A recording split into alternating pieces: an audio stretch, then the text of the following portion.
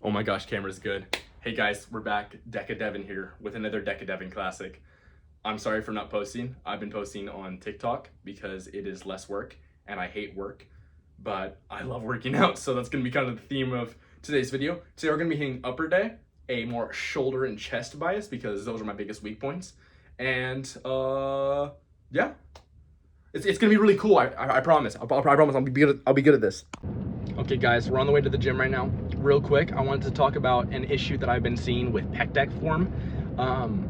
In the community, a lot of bigger creators are talking about it. I kind of want to speak on the issue myself, and it is the relationship between elbow flexion and shoulder adduction, or more so the lack of relationship whenever you're doing the pec deck. So elbow flexion is this for people who do not know, and shoulder adduction is your chest contracting, whether that be your sternocostal or your clavicular head of your chest. Upper and kind of like middle lower part of your chest for a more simpler way of saying it. So people have been saying that whenever you use elbow flexion while doing a pec deck, aka bending your elbows, that it takes away from the tension, the stretch and the concentric of the pec deck, and your chest is going to be less, it's going to be less hypertrophic because of it. Now, this is wrong. Elbow flexion is a completely separate joint action from shoulder adduction. So bending your elbow in any way or manner is not going to affect your chest gains on the pec deck. This is because it's, again, two separate joints. No matter where I bend this, and they're like, oh, well, you know, you're gonna be losing out on the stretch and the concentric. The stretch and the concentric, as a principle, are neither gonna be more or less hypertrophic than anything else. It is literally that feeling that you have of your muscles stretching or your muscles, you know, getting tight and everything. That is your myofibrils bundling up or stretching out. Myofibrils means muscle fibers. So, with that being said, there is no need to keep your arms completely straight on a pec deck. And realistically, I'm kind of against it because I feel like it places more stress on my rotator cuff. And I'm not a huge fan of that, especially with how much weight I lift on pec deck, which I'll see later in this video. But yeah, you do not need to keep a straight arm path on pec deck. You were just putting yourself more at risk of injury, and 100%, it's a little bit harder for no reason. So that's my 2 cents at it. We're at the gym. First exercise is Smith's shoulder press, actually. So yeah, see y'all there.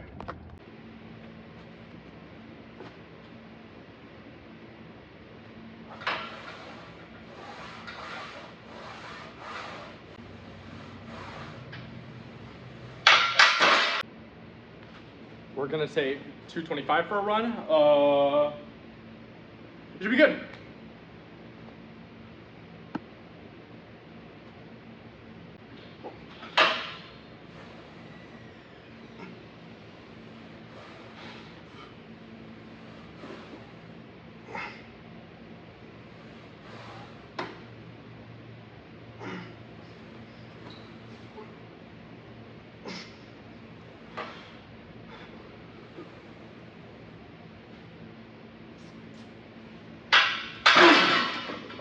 See, the problem with wearing wrist wraps whenever you're working out is that if you hold them on for too long and they're tight, look, I just put this one on.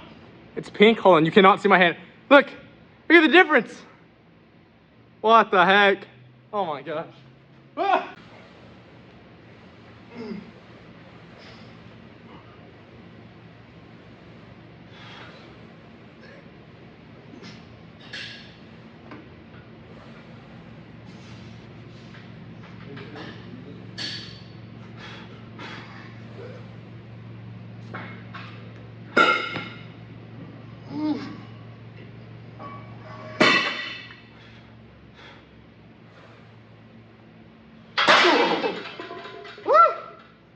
Oh, it's so heavy. Okay guys, kind of going into what I was talking about in the car and showing an example of it, of how elbow flexion does not affect shoulder adduction, your chest. If I do pec deck like this, completely straight arm, and I go here, right? It's going to hit my chest the exact same way as if I did this with a bent arm. Or if my elbow was right here and I went in. Because either way, if you look at what my chest is doing, it's just contracting. It's just performing shoulder adduction. No matter which way I bend my elbow, it will never affect shoulder adduction. Now let's load some heavy ass weight on this pec deck. have to steal a pin from the hamstring machine so I can load more weight. So we're gonna go here with a nice wrist clean 25. Hey boss, can you spot me? No. Please. Go. Thank you.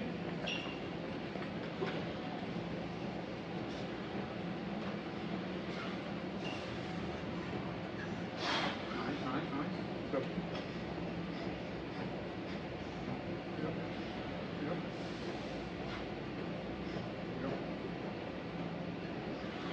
One more.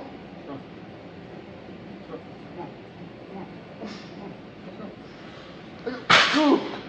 Thank you. Yeah, man. Woo. Good shit. Thank you, boss. And somehow this doesn't bend. I'm not sure how.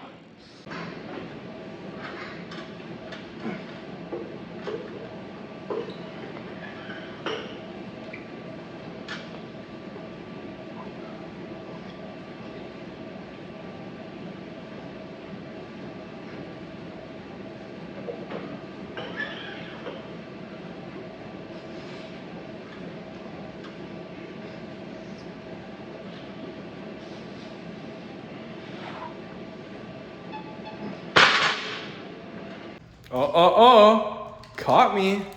Chocolate chip, and I dropped it instantly. Let's go. Oh my gosh, let's sit y'all up right there. Everything good? Hold on. Chocolate chip rice cakes for intro. Let's close that door. I don't want anyone walking in seeing me on my knees eating chocolate rice cakes. Anyways, one. Oh.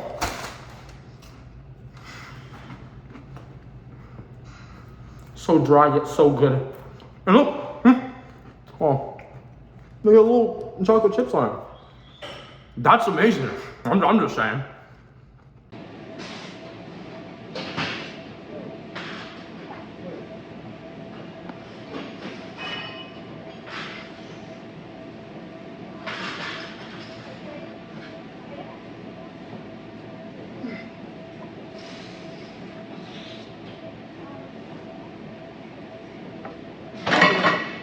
Abby.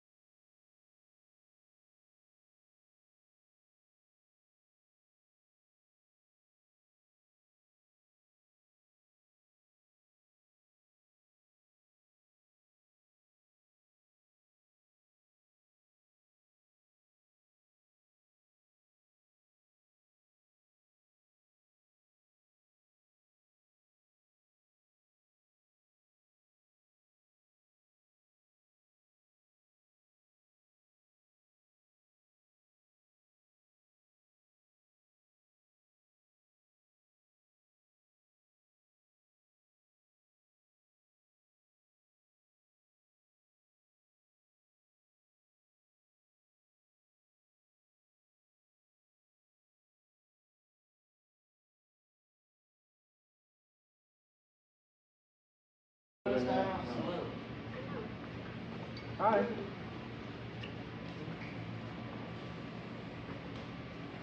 Okay. Yeah, I'm filming, that's why. Yeah, I was waiting for you to move out of the way. Yeah, sorry.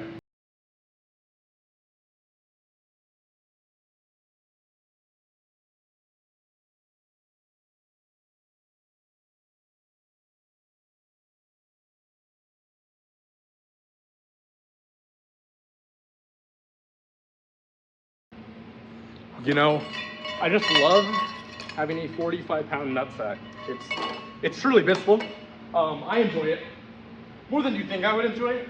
It's a little weird that I enjoy it at all, you know, but what do you do about it?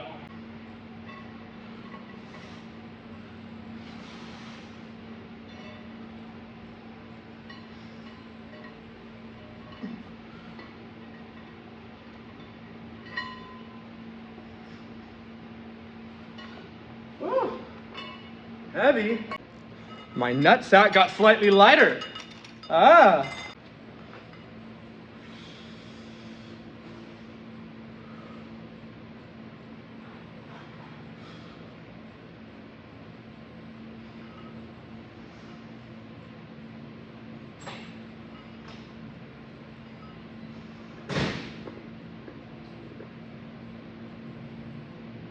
Woo.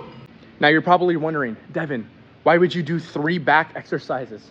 You just fatigue maxing, Devin. Well, to that I have to say, if you look closer, I trained in all 3 planes of back. T-bar row, transverse. The Keenan flap, facing this way, sagittal.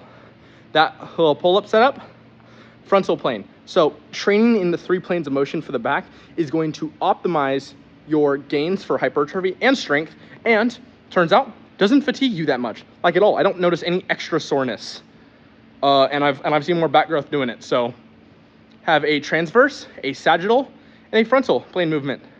2 sets of each on an upper day. It's peak. And I feel like the best thing about wearing like a stupidly baggy shirt, like just genuinely a dress to the gym, is doing dumbbell lat raises. And then you're just like looking in the mirror and you feel so sick. It's just an awesome feeling. I'm just saying, like, so that's what we're gonna be doing.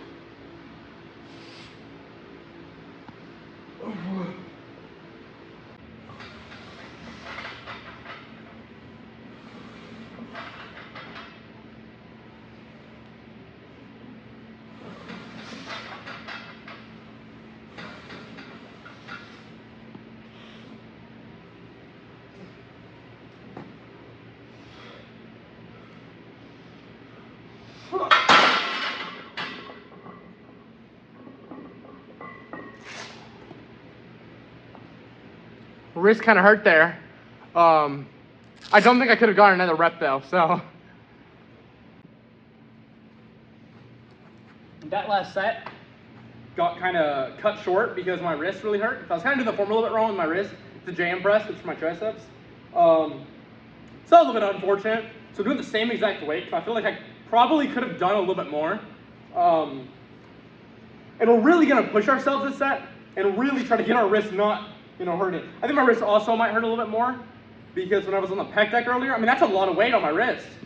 So what, 315 pounds?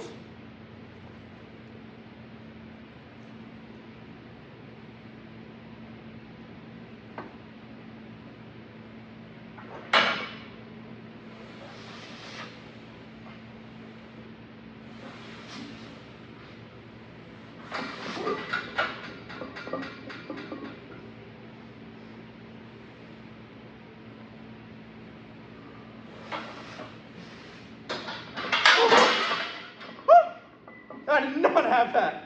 Wow. Caterpillar. Out of there.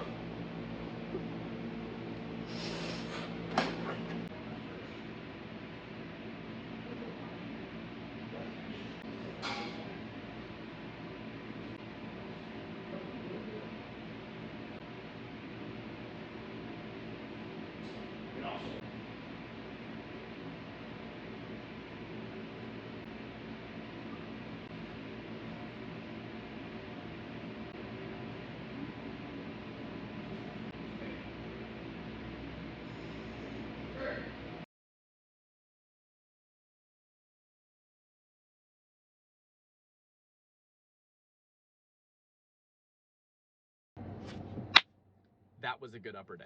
A little bit messed up at the end because my wrist started hurting. I was doing J-arm press a little bit funky. My grip was a little bit off, but that's okay. We'll recover. Speaking of pain, I want to talk to y'all about something. I feel like a lot of people hate on pain and hate on uncomfortableness because they don't like the way it makes them feel. And that's reasonable. It's not a great feeling to feel uncomfortable or to be in pain. However, I do believe it is one of the most vital, I don't say emotions, but most vital things a person can feel is pain and discomfort. And to use as an example for this, I want to take two men. Both are going to be hit with a rod very, very hard on the head, right? One man is told 100 times that there's going to be a rod coming at his head. The other man has been hit by the rod 100 times. One man knows that a rod is coming, but doesn't know how to dodge it, has never been hit before, is scared of the rod. What's going to happen? All of these uncertainties and possibilities. This man has been hit by the rod 100 times. He knows where's the rod's coming from, how hard the rod is going to hit him if he doesn't dodge, what time it's going to happen. So the man over here, he knows that the rod is coming, and the rod comes, but he's never had a rod come at him before. So he doesn't dodge. He tries, but he fails, and the rod hits him, and it hits him so hard, and he loses. The man who's been hit by the rod 100 times dodges the rod, and that rod never hits him again. That rod will never hurt him again. Pain is one of the best teachers. Discomfort is an amazing lesson. Do not be afraid of those two feelings. Be wary of them. Be aware of them, I better say. But don't be scared of them. Indulge yourself in them and allow yourself to grow from them. Allow yourself to be better because you have been in pain, because you've been in discomfort. Don't run away from failure, because failure, like with muscles, is where growth happens. And I think that's an absolutely beautiful thing. I hope you all enjoyed the YouTube video. I really want to post more on this channel, and I've just been so busy with life. But I graduated high school. I'm getting much leaner. My physique is getting better. Stuff with Echo Vision is going cool. I have tons more friends in the gym community, and things are going good. And I really want to take this channel further into a better place, and I hope that y'all want to see that too. With that being said, Love all of y'all so much. See y'all again. This is Devin signing out. Have a good night.